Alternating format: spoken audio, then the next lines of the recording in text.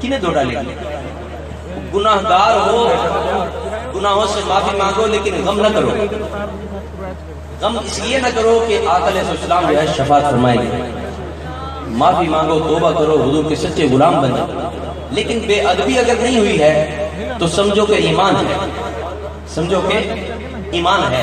اور ایمان اگر ہے، بے ادبی نہیں ہوئی، گناہگار اگرچہ ہیں، تو پھر کرم کیسا ہونے والا ہے؟ پیر نصیر ملت لکھتے ہیں کہ شاپ حشر کی رحمت انہیں دو ڈالے گی